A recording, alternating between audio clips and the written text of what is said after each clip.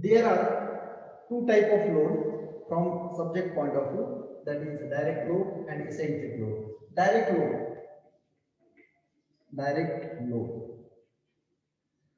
load means the load whose line of action coincide with the axis of member, that is said to be direct load or axial load. For example, suppose this is a column, okay, and the load will act at the middle of the section of the column. What will happen? This is the centroid. On the opposite side, means at the base of the column, the compressive stress will be induced, which means that direct load, which means that the load whose line of action coincide with the axis of member, that is said to be direct load, and stress induced in it, that is said to be axial stress or direct stress. Then we will discuss what is stress and what are the different types of stresses. Before studying stress, we need to understand load, external force acting on body, that is said to be load. Load, which is divided or classified into two categories from subject or chapter point of view: direct load and eccentric load. What is a direct load? The load whose line of action coincide with the axis of the member, that is said to be direct load. What is eccentric load? For example, this is a column, and what will happen? The load will act at the middle of the column. At the opposite side of the column, what will happen? The compressive stress will be generated. Then second is eccentric load. We take the same example, that is column, but here away from the column. Hello, hello, हाँ sir बोला ना, चालू आहे ना sir, चालू आहे. Link पाठवलेली ना. अच्छा अच्छा अच्छा अच्छा अच्छा, ठीक आहे ठीक आहे.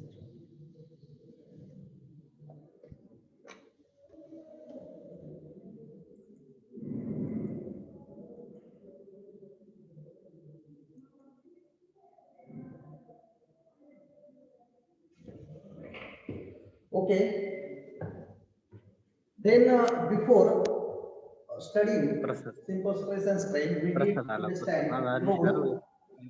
Load is the external force acting on body, that is said to be load. Load, which is classified into two categories from chapter point of view: direct load and eccentric load. Then direct load means the load whose line of action coincide with the axis of member, that is said to be direct load. Then here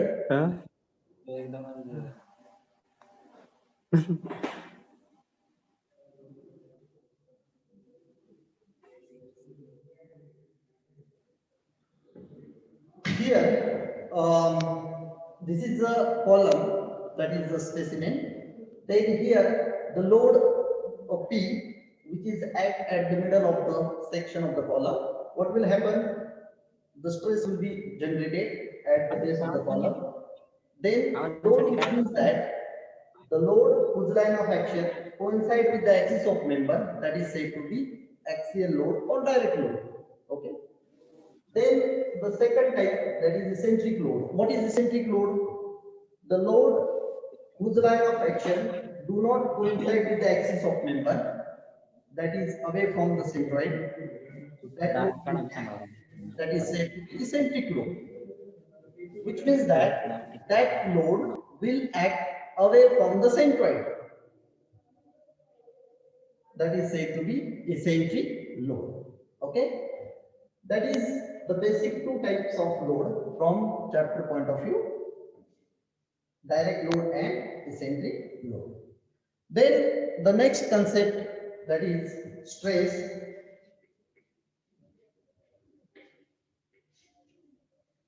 What is the stress? We take an example specimen.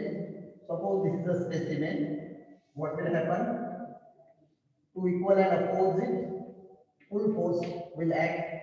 What will happen? The stress will be generated at any section.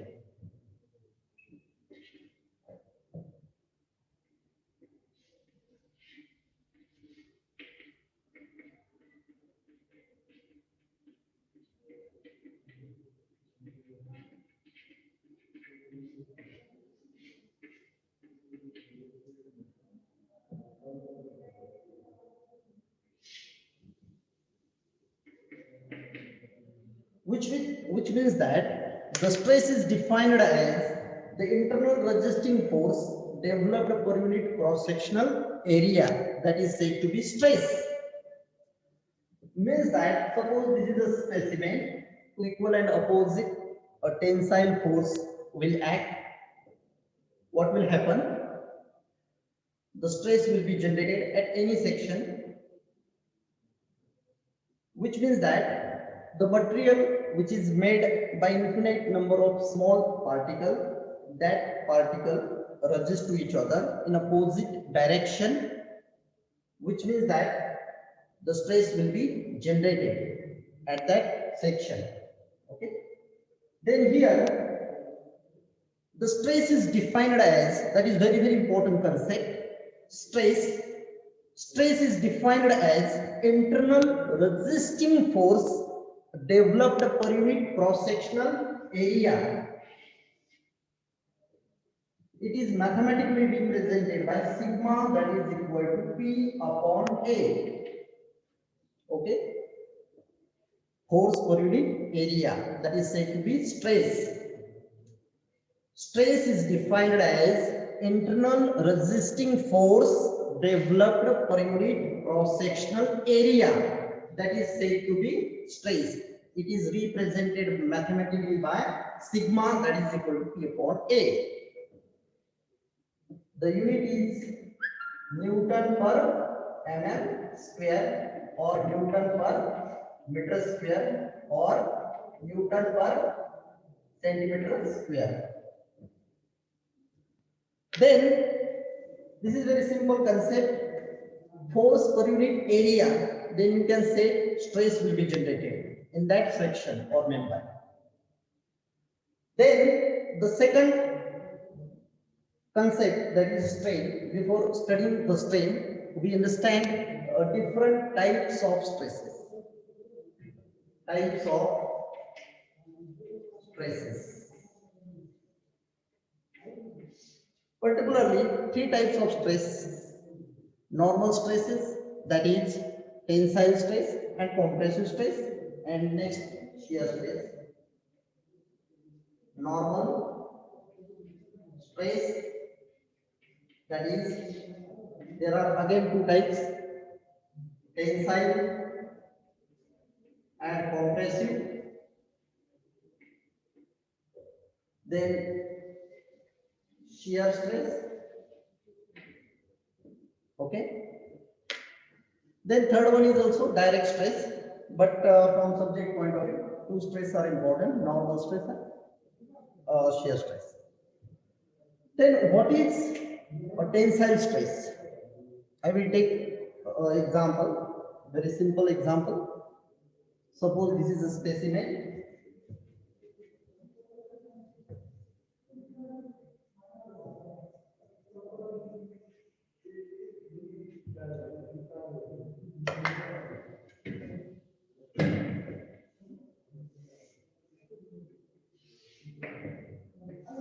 Two equal and opposite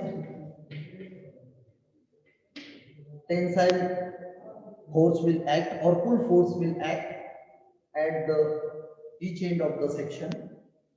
What will happen? What is tensile stress? The tensile stress, which means that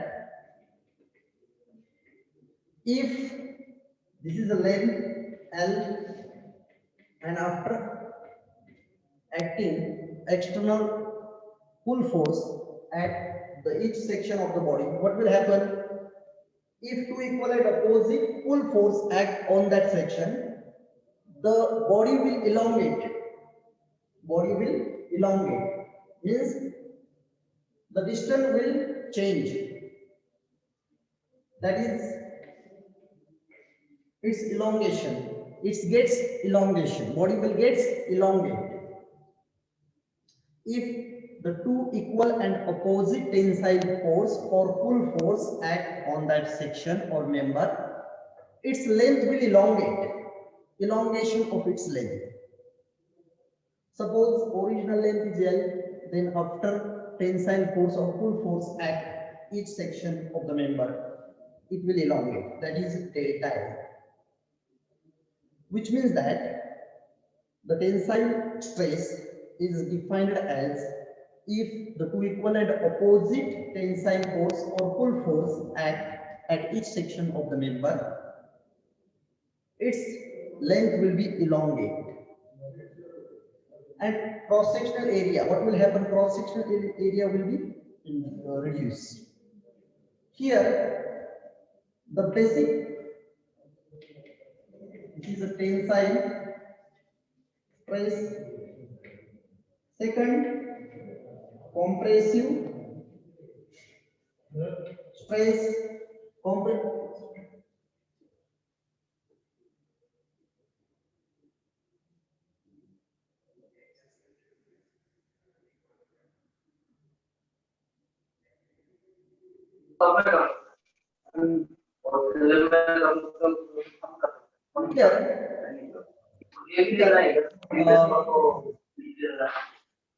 second is just compression stress. I will take example. It's a very simple example. This is a specimen. If two equal and opposite pull force, it is represented by P. Okay. What will happen? Here, if two equal and opposite pull force will act on that member, what will happen? The cross-sectional area will be increased and length will decrease. And in case of tensile stress, what will happen if two equal and opposite pull force will act on that member? Its length will elongate and cross-sectional area will be reduced. That is the difference. That is the basic difference between the tensile stress and compressive stress. That is said to be normal stress. Okay. Normal stress, which means that the tensile stress and compressive stress, that is said to be normal stress, means force per unit cross-sectional area. If the two equal and opposite tensile force act on that section, what will happen? Stress will be generated in any section, which means that force per unit cross-sectional area, that is said to be normal stress. And there are two categories of normal stress, that is tensile stress and compressive stress. Then the basic difference between the tensile stress and compressive stress is that if two equal and opposite tensile force or pull force act on that in tensile stress, its length will elongate and cross-sectional area of the member will decrease. In a compressive stress, if two equal and opposite compressive force or push force act on that section or member, what will happen? The cross-sectional area will increase and length will decrease. That is the difference between the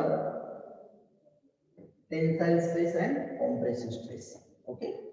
Then here, the second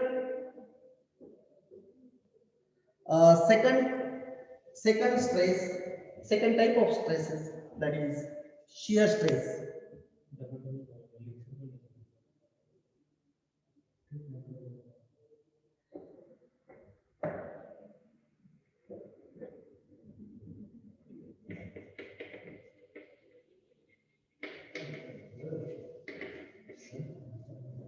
One minute.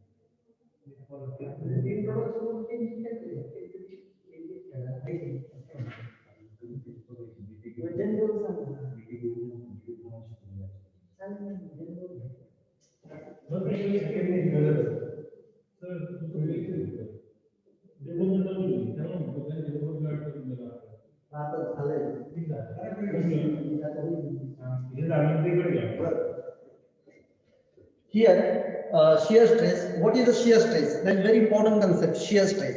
Shear stress, which means that suppose this is a braid. This is a braid. We take knife and cut into slice of the braid. Direction of the braid from top to down side, which means that is represented by force. Okay. What will happen? Stress will be generated between the two cross-sectional surface area. The first surface area is braid and second surface area is knife. Okay. Which means that shear stress is defined as shear stress will occur between the two cross-sectional surface area, which means that force per unit cross-sectional area, that is said to be shear stress. Suppose this is a braid, we take knife, then cut into slice. At that time, what will happen? Shear stress will be generated between the two cross-sectional surface area. One is braid and other surface area is knife. Okay. In short, we remember the shear stress occur between the two cross-sectional surface area. Means frictional resistance occur between the two surface area. And if the friction occur between two surface area, at that time the shearing will occur. Okay. At that time shearing stress will be generated between the two surface area of the section or body. Then here the type of stresses, particularly normal stress and shear stress. In normal stress we divide into two categories, that is tensile stress and compressive stress. Then third one is shear stress. Then next concept, that is strain. What is strain? You just understand some basic concept, that is strain, space, mechanical properties. Okay, this chapter is totally numerical oriented chapter. Before starting numerical, we understand some basic concept, some related these chapters, then some are generals. Then here, strain. What is the strain? This is a very simple concept of the strain. For example, I will take example. You understand better with the help of example. Suppose this is a specimen, or this is a body or section. Okay. Then force is applied downward direction, that is P. What will happen? The body will stretch, body will elongate. This is original distance L, length is L. Then after elongation, that is delta E.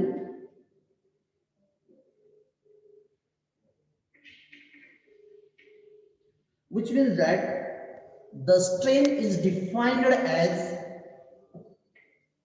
the ratio of change in length to the original length.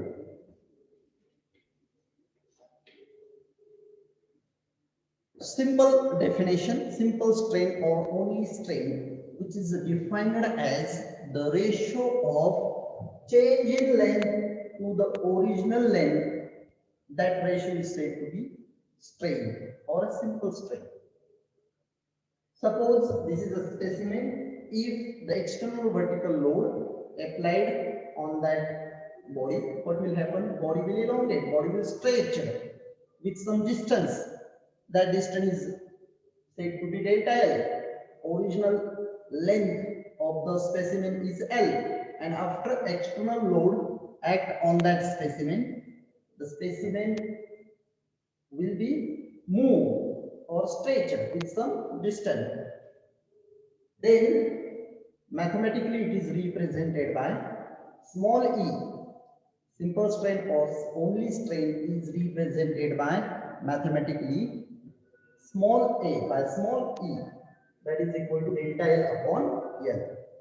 Then strain has no unit, because if you consider the unit of length is mm, then same unit for change in length, that is mm cancel, and that's why strain has no unit, or it is a dimensionless quantity. It is a dimensionless quantity. Strain has no unit. Always remember, any type of strain has no unit. It is a dimensionless quantity. Then this is regarding the concept of strain. Then what are different types of the strain? Okay.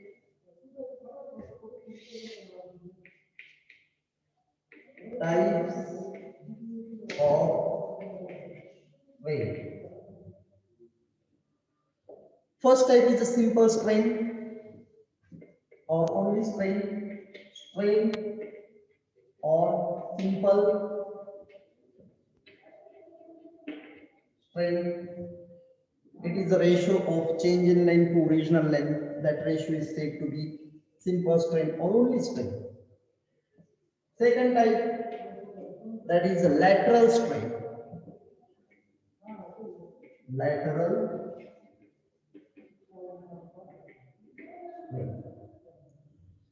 Lateral strain is defined as the change in length to the original length.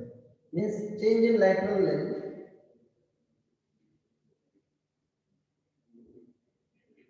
lateral strain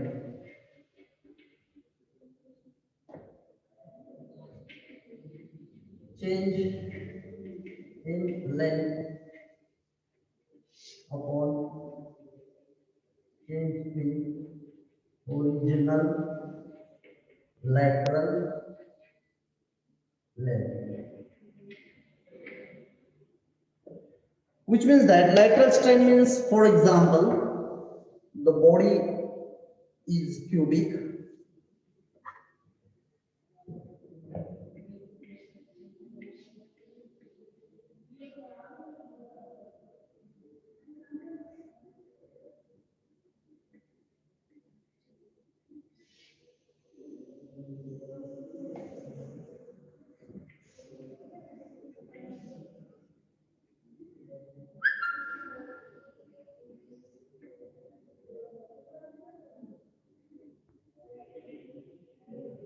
suppose this is a body, it is a cubic, then this is a length L, this is width B, this is thickness E, okay, force will applied, tensile force will applied, or tensile force will act. What will happen? If the specimen is cubic, it has a 3 dimension, length, width and thickness. If the tensile force or pull force act on that specimen along the x direction, that is in the length direction, what will happen? It will affect remaining 2 dimensions, that is width and thickness, which means that change in length to the change in original lateral length. Change in length to the original lateral length. This is a rectangular section, and for rectangular section, lateral strain will be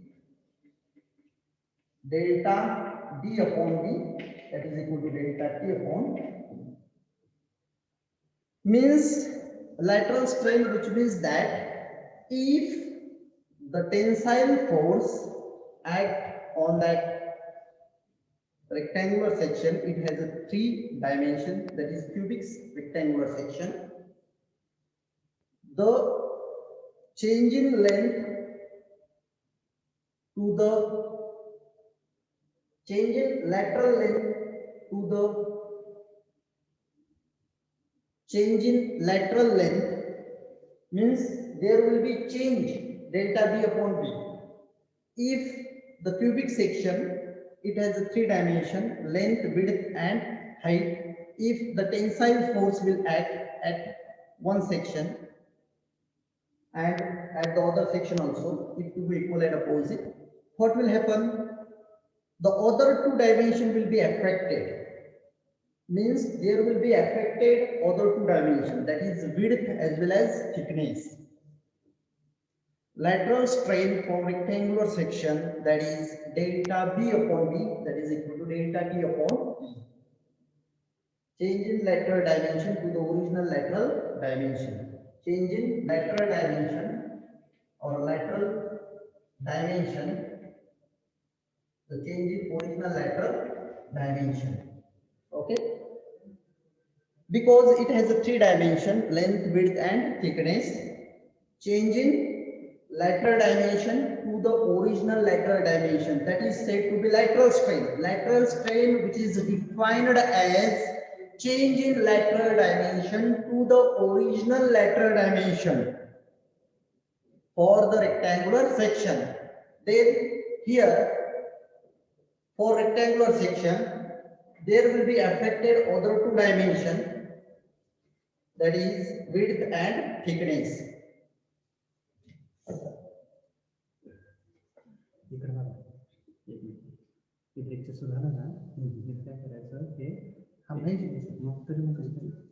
lecture मध्ये विसरला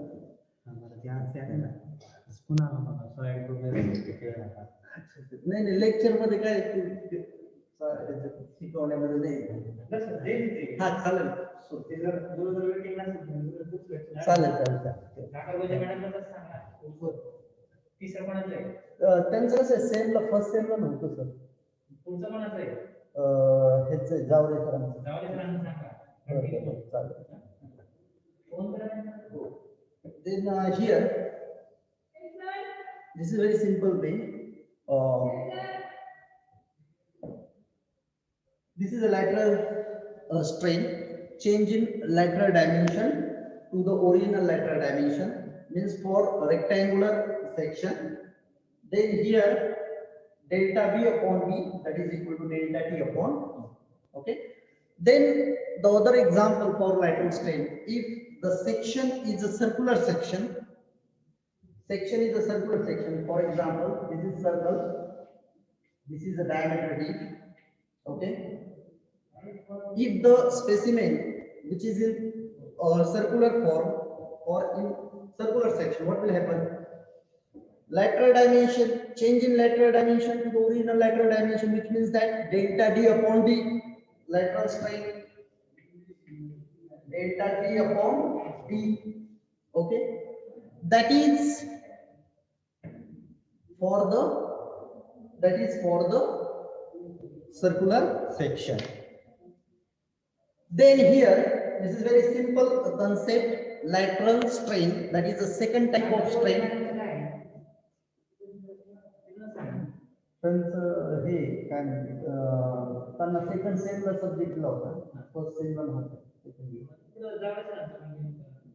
हा ते म्हणतो preparation नाही.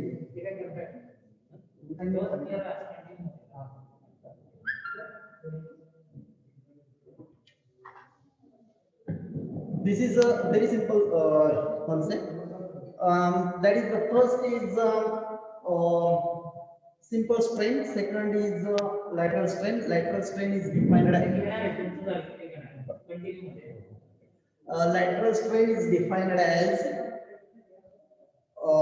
change in lateral dimension to the original lateral dimension.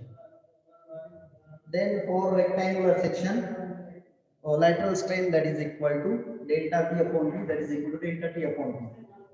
Then for circular section, if the specimen which is made in circular form, what will happen? Lateral strain that is the change in diameter to the original diameter. Mathematically, here that is equal to delta D upon D. Change in lateral dimension to the original lateral dimension. That is said to be lateral strain. The third important type, that is volumetric strain. Volumetric strain. What is volumetric strain? It is represented, that is the ratio of change in volume to the original volume. Change in volume to the original volume. If the specimen which is in three-dimensional form or in cubic form, what is said to be the volumetric strain, which is defined as change in volume to the original volume, that is said to be volumetric strain. This is a very simple definition of volumetric strain.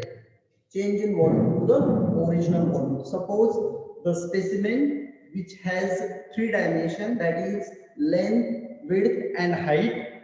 If the external load will act on that specimen, which is form of cubic, what will happen? Change in volume. The volumetric strain, which is defined as change in volume to the original volume. Okay. Then fourth one is shear strain. What is shear strain? Very simple definition of shear strain. Suppose this is a body which is placed on the table. If the force will act on the upward side of the specimen, on the opposite side, what will happen? The shear strain will be generated. It is represented by phi. Means if two equal and opposite, the force will act on the upper face and lower face. What will happen? The shearing will occur between the two surfaces. The body will move through some distance, through some angle. That angle is said to be shearing strain. And that angle, that shearing strain is represented by phi. Okay. Means a body which is in rectangular form, which is placed on the table. If the force will act, that is push force, what will happen? On the opposite side, means the shearing will occur between the two surfaces. That is, first surface is table and second is body, okay, which is in rectangular form. And what will happen? This through some angle, means it makes body will move or body will tilted. Sorry, it will not move. Body will tilted through some angle. That angle is represented by phi, and that angle is represented by phi. Then shear strain, that is represented by phi, which means that if two equal and opposite force will act on that body will move through some angle, means body will be tilted through some angle. That angle is represented by phi. Then shearing strain is represented by phi. Then these are the four types of strain. The first is simple strain or only strain, which is defined as the ratio of change in length to the original length. Mathematically, it is represented by E, that is equal to delta L upon L. Second is lateral